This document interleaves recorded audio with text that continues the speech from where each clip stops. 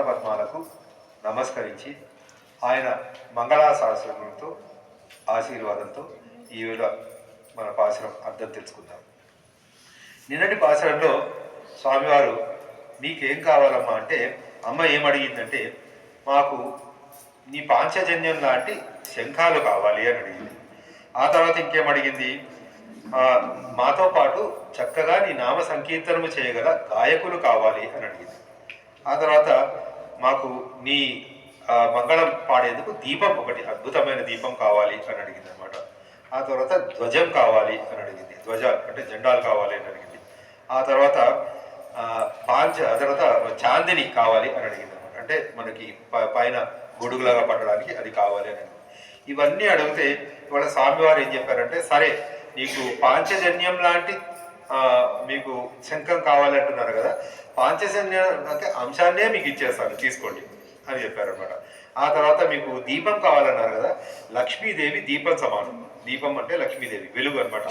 ఆమె వడక్ లక్ష్మీదేవి అంశాన్ని, లక్ష్మీదేవి ఎలాగో నీలాదేవి రూపంలో మీ దగ్గర ఉన్నది, లక్ష్మీదేవి కూడా మీ దగ్గరకు వచ్చింది. ఆ తర్వాత ఇంకేం కావాలన్నారు, మీకు జెండాలు కావాలన్నారు. జెండాలు కావాలంటే జెండా మీద ఎవరుంటారు, గరుత్మంతుడు ఉంటాడు, గరుడాల వారు ఉంటారు.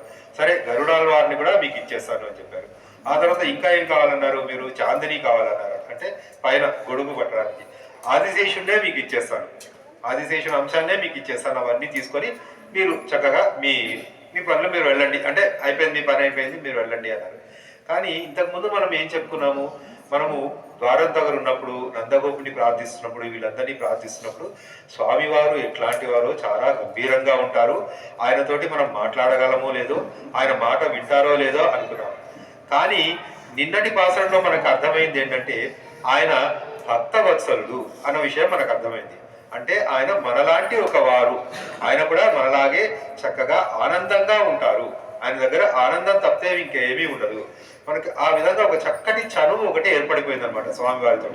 ఆయనతోటి చక్కగా మనం సంభాషించవచ్చు, ఎంతో బాగా మనం మాట్లాడవచ్చు, మన మాట ఆయన వింటారు, మనం చెప్పింది చేస్తారు, మన కోసం ఆయన వచ్చారు, మన కోసమే ఆయన ఉంటారు అన్న విషయాన్ని మనకు తెలిసింది. మనకి శ్రీరామచంద్రుడిని ఏమంటారంటే శరణాగత వత్సలుడు అంటారు. అంటే శ్రీరామచంద్రుడిని ఎవరైనా సరే రావణాసురుడైనా సరే శరణు కోరిన వెంటనే ఆయన శరణాగతి చేస్తారన్నమాట. నిన్ను నేను కాపాడుతాను అని చెప్పేస్తారు. అందుకోసం విభీషణుడు ఎప్పుడైతే వచ్చి, నేను రావణాసురుని తమ్ముడిని, నాకు శరణాగతి కల్పించండి అంటే, సుగ్రీవుడు వీళ్ళందరూ, జాంబవంతుడు, వద్దు వద్దు రామ, ఇతను రాక్షసుడు, అతను శత్రువు వంశానికి, శత్రువు తరపు నుంచి వచ్చిన వాడు, అతనికి శరణునిచ్చామంటే మనకి కీడు జరిగే అవకాశం ఉంది అంటే, అప్పుడు రాముల వారు ఒక అద్భుతమైన మాట చెప్తారు. రావణాసురుడు తమ్ముడే కాదు, విభీషణుడే కాదు, రావణుడు వచ్చి నన్ను శరణు కోరినా కానీ నేను ఆయనకు శరణునిచ్చేస్తాను, ఆయన ఏమీ చెయ్యను అని చెప్పాడు. కానీ రావణాసురుడికి వేరే తలకాయ ఉంది, ఆయనకి 10 తలకాయలు ఉన్నాయి. రావణాసురుడు ఏమన్నాడు, శరణు అనే పదమే నాకు తెలియదు అన్నాడు. అంచేత ఆయనకి శిరక్షేదం జరిగింది, మోక్షం జరిగింది, అది వేరే విషయం. అదేవిధంగా శ్రీకృష్ణుడు ఎవరంటే ఆయన భక్త వత్సలుడు.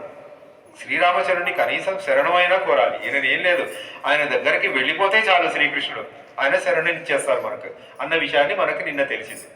అందుకోసం ఇవాళ అమ్మ ఏమడిగిందంటే, చాలా అడిగింది వాళ్ళ అమ్మ, స్వామి నువ్వు అంత గంభీరంగా ఉన్నావు, నువ్వు అంత అందంగా ఉన్నావు, నీలమేఘ స్వాముడివి, నీ ఎటువంటి నీ కస్తూరి తిలకం లలాట పలకే, వక్షస్థలే కౌస్తుభం, నాసాగ్రే నవమౌక్తికం, కరతలే వేణుం కరే కంకణం, సర్వాంగే హరిచందనంచ కలశం, కంఠేశం తావళి, గోపశ్రీ పరివేష్టితో విజయతే గోపాల చూడామని. ఇన్ని అలంకారాలు ఉన్నాయి, ఇంతమంది పరివారాలు ఉన్నారు, మేమేంటి గొల్లకులంలో పుట్టి సరిగా తల కూడా దూకోకుండా ఏదో పిచ్చి పిచ్చిగా వచ్చి ఉన్నాం మేము. నీతో పాటు, చూడండి అమ్మ అంత చమత్కారంగా చెప్పిందో, నీతో పాటు ఉండాలి అంటే నీకు కొంచెం సరిసాటిగా ఉండాలి కదా, నీ లెవెల్కి కనీసం నేను ఉండాలి కదా. అందుకోసం మాకేంటంటే, మాకు చేతికి కడియాలు ఇవ్వు, కంకణాలు ఇవ్వు, ఆ తర్వాత కాలుకు గజ్జలు ఇవ్వు, అన్నీ మేలిమి బంగారంతో చేసినవి, ఇవన్నీ నాకు అలంకారం చేసుకోవడానికి చక్కటి వస్త్రాలు ఇవ్వు, పువ్వులు ఇవన్నీ, ఆ తర్వాత పువ్వులు ఇవ్వు, ఇంకా ఏమడిగిందంటే మాకు ప్రసాదం ఇవ్వు అన్నది. అంటే పాలతో చేసిన, అన్నంతో కలిపిన, ఇప్పుడు మనం చేసాము ఇవాళ, పాలతోటి, నెయ్యితోటి, అన్నంతో అన్ని సుగంధ ద్రవ్యాలను కలిపిన అద్భుతమైన పాయసాన్ని మాకివ్వు. ఆ పాయసం ఎట్లా ఉండాలంటే అమ్మ చాలా కరెక్ట్ స్పెసిఫిక్గా చెప్పింది అనమాట. ఆ పాయసం ఎట్లా ఉండాలి అంటే మేము చేతిలో ఆ పాయసాన్ని ఇట్లా చేతిలో వేసుకుంటే ఆ పాయసం యొక్క నెయ్యి ఇట్లా మోచేతి నుంచి కారాలట. అంత అంత అద్భుతమైన పాయసం మాకు కావాలి అని అడిగింది. చూసారంటే ఇది అమ్మవారి చనువు అనమాట. మనకి ఆ స్వామివారు ఆశ్రిత వత్సలుడు అన్న సంగతి అన్న విషయం తెలిసిన వెంటనే ఆయన మీద మనకు ఏర్పడిన చనువు వల్ల ఈ విషయాలన్నీ స్వామివారిని అడిగామన్నమాట. అదే స్వామివారు మనం ఏమడిగినా ఆయన ఇచ్చేస్తారు మనకి. మనం ఏమడిగినా ఇచ్చేస్తారు. ఎందుకంటే మన దగ్గర ఉన్నదంతా ఆయనదే. మనం అనుకుంటాం ఇది నాది, ఇది నా ఇల్లు, ఇది నా డబ్బు, నా సొంతం, నేను 5 రూపాయలు ఇస్తాను, నేను 10 రూపాయలు ఇస్తాను, నాకు కావాలి అనుకుంటాం. కానీ అట్లా కాదు. మన దగ్గర ఉన్నదంతా స్వామివారిదే. మన దగ్గర ఉన్న ప్రాణం కూడా ఆయనదే. ఒక విధంగా చెప్పాలంటే మన దగ్గర ఉన్న ఆ ప్రాణం ఎప్పుడు పోతుందో మనకే తెలియదు. ఆయన ఎప్పుడు తీసేసుకుంటారో మనకే తెలియదు. మనం ఎంతో పనులు చేస్తాం. కొన్ని 5 లక్షల కోట్లు సంపాదించిన ఒక వ్యక్తి అప్పటికప్పుడు ఆకాశంలో ఎగిరి అక్కడే పోయాడు. ఆ 5 లక్షలు ఏం చేసుకుంటాడు? 5 లక్షల కోట్లు ఏం చేసుకుంటాడు? ఏం చేసుకోలేడు. అందుకే మనము ఆ స్వామి వారికి వినయ విధేయతలతో ఉండి ఆయనకు శరణాగతి చేసి, స్వామి అన్యదా శరణం నాస్తి త్వమేవ శరణం మమ అన్న ఒక విషయాన్ని మనం పెట్టుకొని మనసులో పెట్టుకొని ఆ స్వామి వారికి విధేయంగా ఉంటే మనకు అన్ని మంచిగా జరుగుతుంది. ఎందుకంటే ఆయన బాధ్యత అది. మనకి భగవద్గీతలో స్వామి చెప్పారు, ధర్మ సంస్థాపనార్థాయ సంభవామి యుగే యుగే అని చెప్పారు అనమాట. అంటే ధర్మం ఎప్పుడైతే అదుపు తప్పే పరిస్థితి ఉంటుందో నేను ఖచ్చితంగా అక్కడ వచ్చి తీరుతాను అని చెప్పారనమాట. సంభవామి యుగే యుగే అంటే స్వామివారు స్వయానా రావాల్సిన అవసరం లేదు. ఏదో ఒక విధంగా ఆయన ఒక చిన్న అడ్జస్ట్మెంట్ చేసేసి ఆ ధర్మాన్ని నిలబెట్టే పని ఆయన చేశారు. ఎందుకంటే ధర్మాన్ని నిలబెట్టడం అనేది నా బాధ్యత అని చాలా స్పష్టంగా భగవద్గీతలో స్వామివారు చెప్పారు. అది ఈ రోజు చనువుతో అమ్మ ఎంతో అద్భుతంగా ఈ విషయాలన్నీ కోరింది.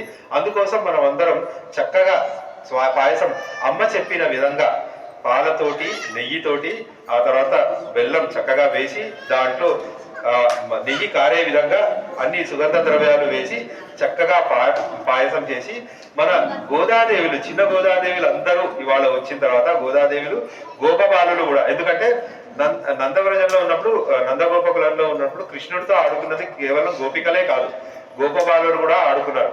అందరూ చక్కగా వాళ్ళందరూ ఆడుకున్నారు. మనం ఏమనుకోవాలంటే మనకి స్వామివారు చెప్పింది ఏంటంటే మనం అందరం ఈ విధంగా ఇక్కడ వచ్చి చేరాము అంటే దానికి అర్థం ఏంటంటే ఆ శ్రీకృష్ణుడితో మనం ఒకప్పుడు ఆడుకున్న వాళ్ళమే. మనం అందరం ఆయనతో ఆడుకొని ఆయనందరితో పాటలు పాడి ఆ గోకులంలో ఎంతో అల్లరి చేసిన వాళ్ళము. ఆ ఎడబాటు తట్టుకోలేక యుగ యుగంలో ప్రతి జన్మలో మనం ఈ విధంగా వచ్చి ఏదో విధంగా ఆ స్వామివారి సేవ చేసుకొని ఈ విధంగా ఆనందపడుతూ ఉంటాము అనమాట. ఆయన పాయసాన్ని తీసుకొని అంత చక్కగా తింటూ ఉంటాము అని ఈ విలాపాసనలో మన అర్థం అనమాట. జయ శ్రీమన్నారాయణ.